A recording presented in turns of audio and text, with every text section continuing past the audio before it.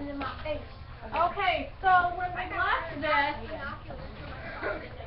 he said, that's not what happened.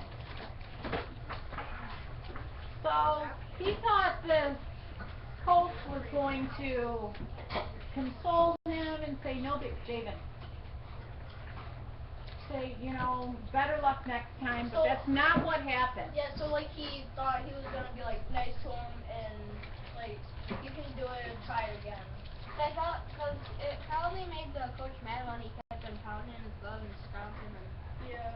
Maybe. Because they could have distracted like someone out in the field or something, or like the pitcher when he's pitching, where like make him mess up or something.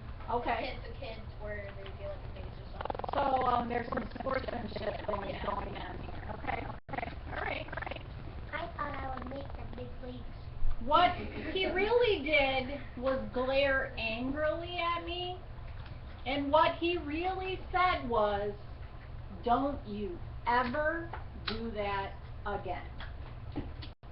He pointed out that while I was standing there pounding my glove, 2 Red Sox runs had scored. Next time you miss the ball, you turn around and chase it down. You don't just stand there feeling sorry for yourself. Understand? I nodded, and I never forgot. Garrett was right about that. Yeah. Well, you Because could they got the bases, so. Garrett wasn't But right about is it that. a coach's job to let 2 runs come in as one of his kids is throwing a little fit out in the... No, Yeah. really? Like, what are your thoughts on that? I know somebody that would do that. So. I don't want to know somebody that would do that, but is it okay? Because Emma said, well, that's a really nice coach, in a little sarcastic tone. Like, our baseball coach is strict to us. And, like, that's a good thing. So we can, Brad Carson. And, yeah, so we can, like, get it down, get in our head, and make sure we never mess it up. You guys, Okay, he's so- in the military though. But let Yeah, me, in the line. okay, come back to me. Let me say this. If he's a good coach, and he makes you work hard, and you say it's because he makes it so that we don't ever mess up.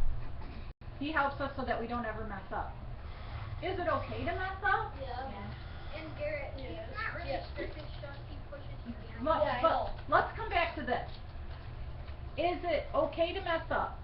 Yeah. Okay, so this Jerry Spinelli messed up.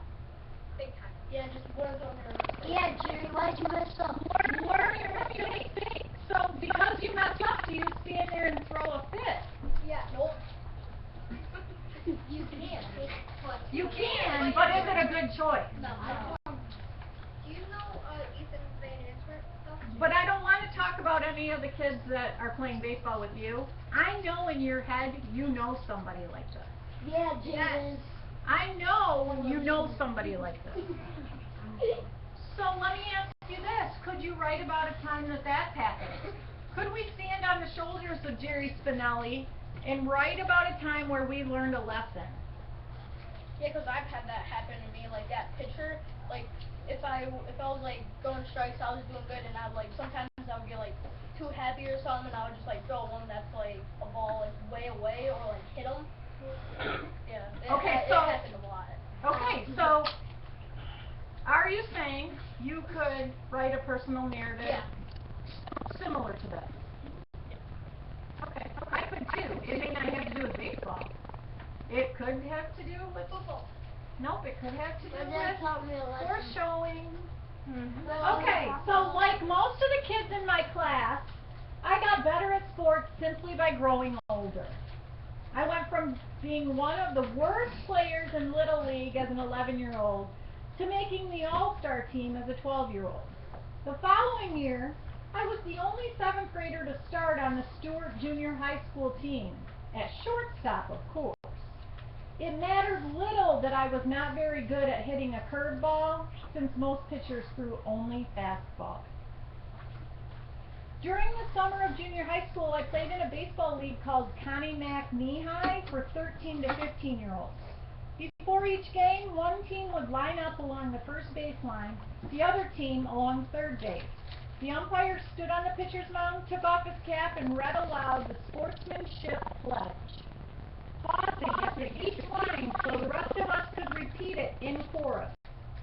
we pledge ourselves to be loyal to, among other things, Clean living. clean living And that's the end of the story. and clean speech. In the final line, we promise to be a generous victor and a gracious loser. So what does that mean? We don't do that like A generous victor and a gracious loser. Haley?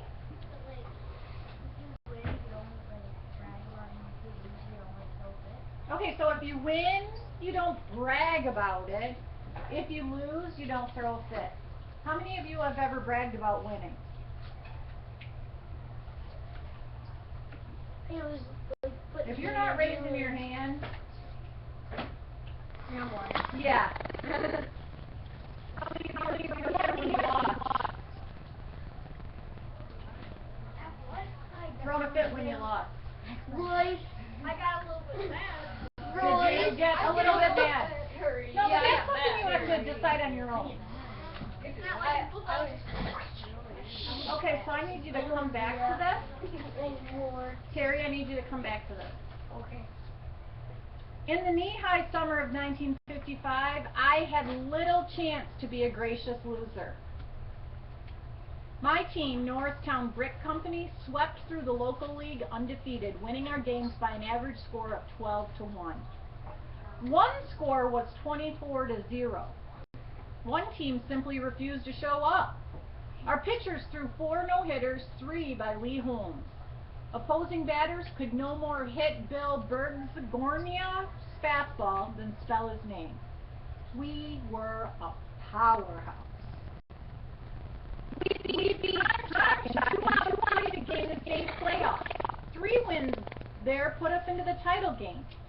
On a bright Saturday afternoon at War Memorial Field in Doylestown, Norris Brick Company defeated Elwood City 4-2 to become Connie Mack Knee-High champions of Pennsylvania. In the awards ceremony after the game, we were given jackets saying state champions. Elwood City players got trophies. A jacket would eventually wear out and be thrown away, leaving me with nothing to show for our great triumph. But a trophy was immune to frayed cuffs and mothballs. What does that line mean?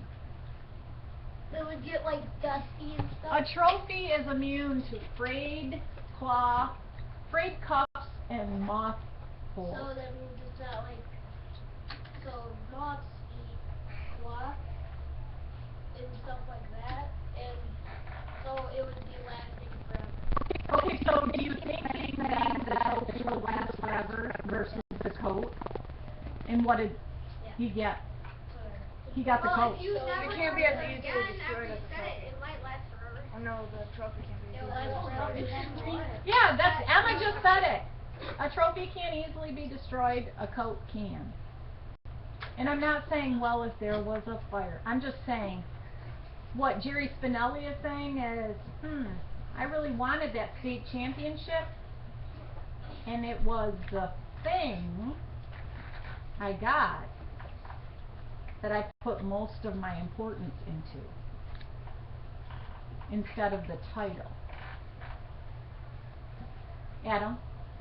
So these are all real things in his life. So when he was 10 when he won that race against Froggy. I don't remember. Well, so he won that race and won a World State Championship game. I think he had a pretty important life. Well, I think he played some sports and probably excelled at them. But he's just writing about what, so this is a great point. He's done 2 different sports, and did he just write about his life in sports? No, he wrote about the time that he had a cherished memento, and now he's writing about a time where he gets another cherished memento. But now he's thinking, well, maybe the guys that got second place got a better memento. Well, he still thought about it. He said, probably to himself in his mind, we worked really hard for the state championship. We didn't just, slack off in practice. We got right there and we just started doing the stuff. Okay. So let's go on. I watched as each Elwood City player walked up for his trophy and cashed fish I had never side. A week later, during a banquet at the Valley Forge Hotel in downtown Norristown, to my relief, we were each given a magnificent trophy.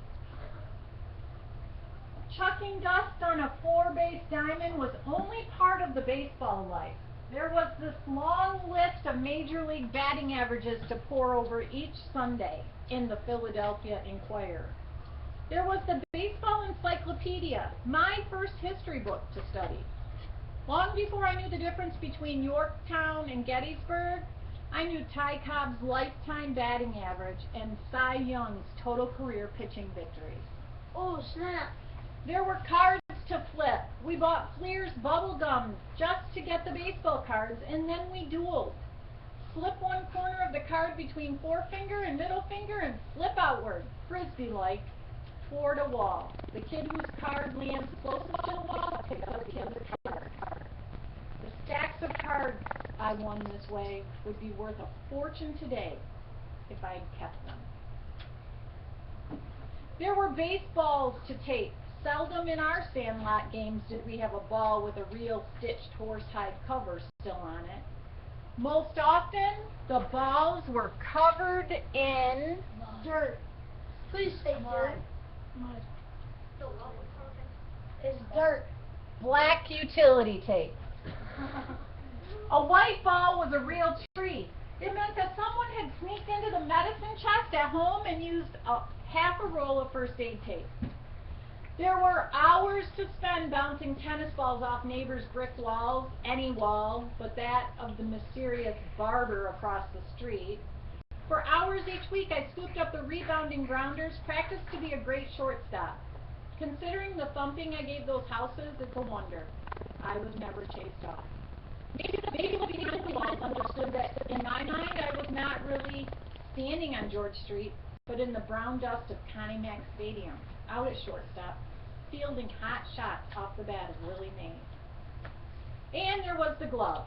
My glove bore the signature of Marty Marion, slick fielding shortstop of the St. Louis Cardinals. Each year at the end of summer vacation, I rubbed my glove with olive oil from the kitchen cabinet. Then I pressed a baseball deep into the pocket of the glove, curled the leather fingers about the ball, and squeezed the whole thing into a shoebox. Standing on a chair, I set the box high on a closet shelf. Baseball season was officially over. So what are you thinking? What are you thinking? Royce? Well, it's not what I'm thinking, but when I was reading Jackie and Me, they did the same thing with the cards. They would flip it towards the wall, and they would, because they were back in, like, there was a card seller that was back in way back then, and they would do that, and then at the time when I was reading the book, it said that they were expensive, so all the cards were out of shape because they kept on flipping them. So let me ask you this. Do you think that having read that helped you understand this more? Could you picture it in your mind? I did. Yeah, I would guess. How many of you could picture them flicking cards at a wall? Okay, so would you say this author did a good job describing how they flicked it at a wall? Yeah. I mean, I would do that with my cards. I'm not asking if you would do it with your cards. I'm just asking, could you picture what the author said when he said they put it between their forefinger and flick it up to the wall? Maybe. What about the dust at Connie Mack Stadium? Yep. Okay. How many of you can see the dust rolling up? Uh-huh. If anybody's watched baseball on TV or played baseball or softball, you've seen it. I've been to like 2 or 3 baseball games. So let me ask you what you noticed about what this author did. What did this author do? Let's keep it within a personal narrative. What did we know this author did? Lindsay? Okay, so can you give me an example? Like how he described his Okay, so he really describes things good. Why do you think a writer has to describe things good? So you can be a picture in your head. Okay, so they definitely describe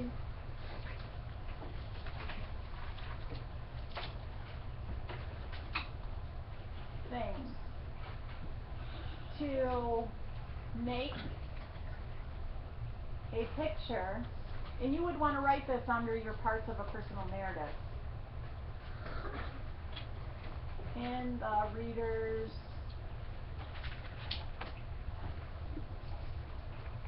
mind.